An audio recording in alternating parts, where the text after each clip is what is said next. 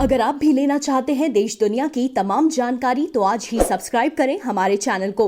साथ ही नीचे दिए बेल आइकन को जरूर दबाएं ताकि हर अपडेट आप तक पहुंच सके। नमस्कार, विवाद न्यूज सेंटर पर आप सभी का स्वागत है। अफगानिस्तान में तालिबान तेजी से इलाकों पर कब्जा करता जा रहा है, सरकारी अधिकारियों को मारता जा रहा है और एक सिख गुरुद्वारे से धार्मिक ध्वज भी हटा दिया गया है। इस सबके बीच अफगानिस्तान ने संयुक्त राष्ट्र में खुलासा किया है कि तालिबान को सारी मदद पाकिस्तान मुहैया करा रहा है और भारत ने भी मांग की है कि अफगानिस्तान में शांति के लिए क्षेत्र में आतंकवादियों की पनाहगाहों को नष्ट किया जाना चाहिए। क्या है इस समय अफगानिस्तान के हालात, इस पर देंगे आपको पूरा अपडेट। शुरुआत करते हैं तालिबान की ओर से जारी क्रूरता से। अफगानिस्तान की राजधानी काबुल में तालिबान ने हमला करके अफगान सरकार के सरकारी मीडिया केंद्र के निदेशक की हत्या कर दी है। यह हाल के दिनों में किसी सरकारी अधिकारी की हत्या किए जाने का सबसे नया मामला है। यह घटना ऐसे समय हुई है जब कुछ ही दिन पहले देश के कार्यवाहक रक्षा मंत्री की हत्या का प्रयास किया गया था। सरकारी मीडिया केंद्र के निदेशक की हत्या ऐसे समय की गई है जब तालिबान और अधिक क्षेत्रों को अपने नियंत्रण में करने के लिए आगे बढ़ रहा है, क्योंकि अमेरिकी और नाटो बल महीने के अंत तक अफगानिस्तान से अपनी वापसी पूरी कर लेंगे। तालिबान के प्रवक्ता जबीहुल्लाह मुजाहिद ने बताया कि लड़ाकों ने दावा खान मेनापाल को मार डाला है, जो स्थानीय और विदेशी मीडिया के लिए अफगानिस्तान सरकार का प्रेस अभियान संचालित करते थे। वह पूर्व में अफगानिस्तान के राष्ट्रपति अशरफ गनी के उप प्रवक्ता रह चुके थे। गृह मंत्रालय के उप प्रवक्ता सैयद हामिद रुशान ने कहा कि मिनापाल की हत्या साप्ताहिक जुमे की नमाज के वक्त हुई। गोलीबारी के बाद अफगान बल काबुल के उस इलाके में फैल गए जहां मिनापाल की तब हत्या कर दी गई जब वह अपनी कार में जा रहे थे। मुजाहिद ने बाद में जारी एक बयान में कहा कि मिनापाल को मुजाहिदीन के एक विशेष हमले में मारा गया और उसे उसके कृत्यों के लिए दंडित किया गया। देखा जाए तो तालिबान द्वारा सरकारी अधिकारियों की हत्या असामान्य नहीं है। नागरिकों के खिलाफ हाल में किए गए कई हमलों की जिम्मेदारी इस्लामिक स्टेट द्वारा ली गई है। हालांकि सरकार अक्सर तालिबान को जिम्मेदार ठहराती है।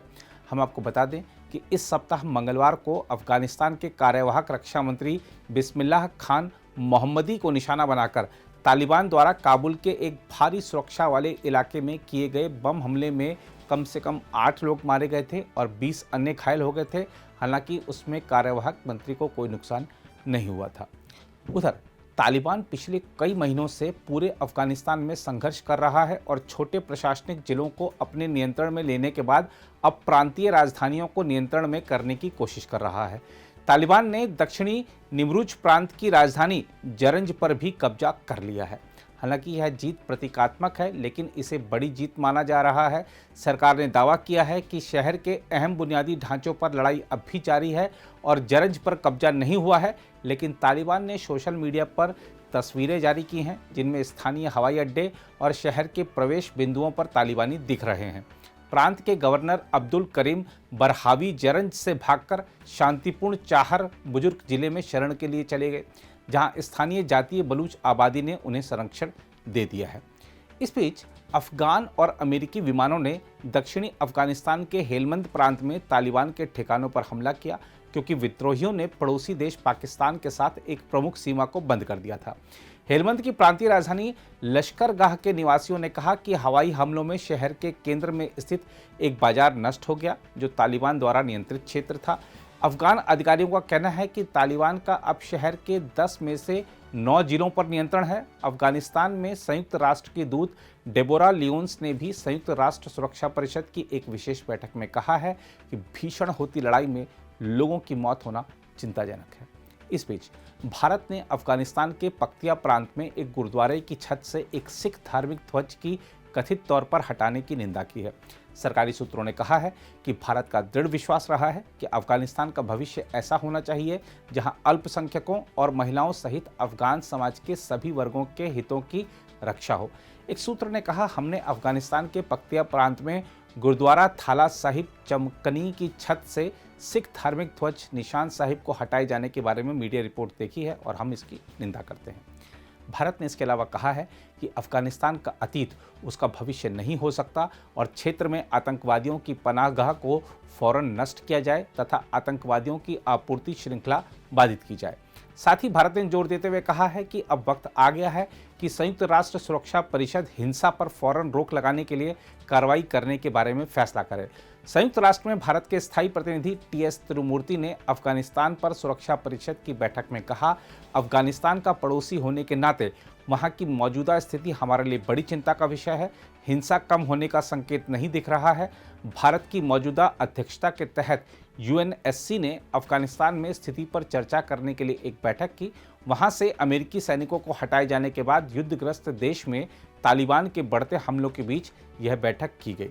सुरक्षा परिषद के अध्यक्ष तिरुमूर्ति ने अपनी राष्ट्रीय क्षमता में कहा कि अंतर्राष्ट्रीय समुदाय समय को पीछे ले जाने को वहन नहीं कर सकता। उन्होंने कहा, अफगानिस्तान का भविष्य उसका अतीत नहीं हो सकता। उन्होंने परोक्ष रूप से पाकिस्तान का जिक्र करते हुए अफगानिस्तान में शांति बहाल करने के लिए क्षेत्र में आतंकवादियों की पनाहगाहों को फौरन नष्ट किए जाने और आतंकवादियों की आपूर्ति श्रृंखला बाधित करने पर जोर दिया। वहीं संयुक्त राष्ट्र में अफगानिस्तान के राजदूत ने सुरक्षा परिषद को बताया है कि तालिबान को पाकिस्तान से सुरक्षित पनाहगाह, जंगी मशीनों तक सुविधाओं की आपूर्ति और रसद लाइन की सुविधा मिल रही है। उन्होंने कहा कि इससे उनके देश में युद्ध को समाप्त करने के लिए पाकिस्तान के साथ एक सहयोगात्मक संबंध स्थापित करने की दिशा में विश्वास और कम हो रहा है। संयुक्त राष्ट्र में अफगानिस्तान के स्थायी प्रतिनिधि गुलाम इसाकजई ने कहा कि अफगानिस्तान में प्रवेश करने के लिए डुरंड रेखा के करीब तालिबान लड़ाकों के एकत्र होने और पाकिस्तानी अस्पतालों में घायल तालिबान लड़ाकों के इलाज की तस्वीरें और वीडियो व्यापक रूप से उपलब्ध हैं। हम आपको बता दें कि 15 देशों के यूएनएससी ने शुक्रवार को अफगानिस्तान की स्थिति पर एक बैठक की। वर्तमान में अगस्त महीने के लिए भारत इसका अध्यक्ष है।